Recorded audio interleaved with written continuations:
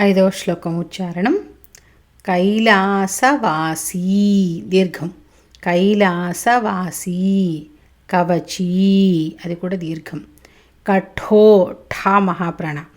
కఠోరస్ త్రిపురాంతకః.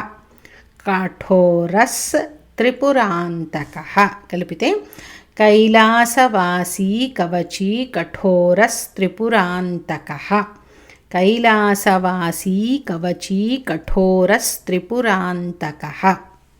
తర్వాత దాంట్లోకి వస్తే వృషాంకో ఋకారం. వృషాంకో వృషభారూఢో రెండు మహాప్రాణాలు. భా మహాప్రాణ ఢా మహాప్రాణ. ముందు కూడా ఋకారం. షకారం.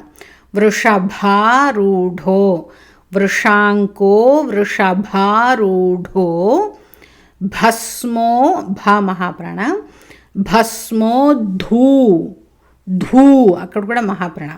భస్మో ధూళిత విగ్రహ.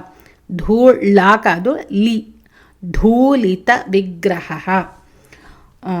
భస్మోద్ధూళిత విగ్రహ కలిపితే వృషాంకో వృషభారూఢో భస్మోద్ధూళిత విగ్రహ.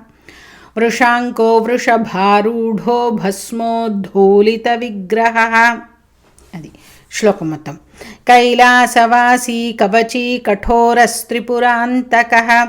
వృషాంకో వృషభారూఢో భస్మోద్ధూళిత విగ్రహ.